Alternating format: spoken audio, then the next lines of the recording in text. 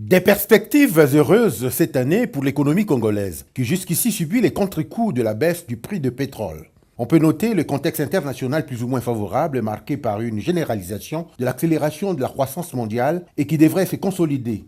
Le Congo de son côté va afficher une croissance modérée de 2,6% en 2018 et de 3,4% en 2019, suffisamment forte pour stimuler la croissance économique de la sous-région Afrique centrale. En toile de fond, les mesures d'ajustement très importantes et rigoureuses amorcées par le gouvernement de la République du Congo depuis 2015 afin de réduire les déséquilibres de la dégradation de la situation financière. D'importants engagements pris tout récemment constituant un ensemble de réformes structurelles dans le sens de la bonne gouvernance et de la gestion prudente des dépenses publiques. Pour relancer l'économie nationale, le gouvernement mise également sur une politique intérieure visant à augmenter les recettes, notamment à travers des prévisions de recettes fiscales cette année qui sont attendues selon un contrat de performance imposé par le gouvernement au service des régies financières.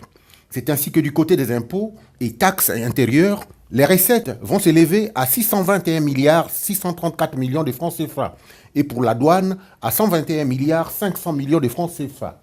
Considéré comme le plus grand projet pétrolier jamais réalisé au Congo, l'entrée en production cette année du champ pétrolier Moho Nord va booster également la production pétrolière estimée à 250 000 barils par jour en 2016 pour des estimations annoncées de 300 000 barils par jour en 2018.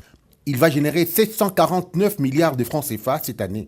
Selon les experts, le développement de ce champ pétrolier laisse présager de bonnes perspectives pour le Congo dont l'économie dépend essentiellement des ressources pétrolières qui représentent environ les 2 tiers du produit intérieur brut dans ce pays.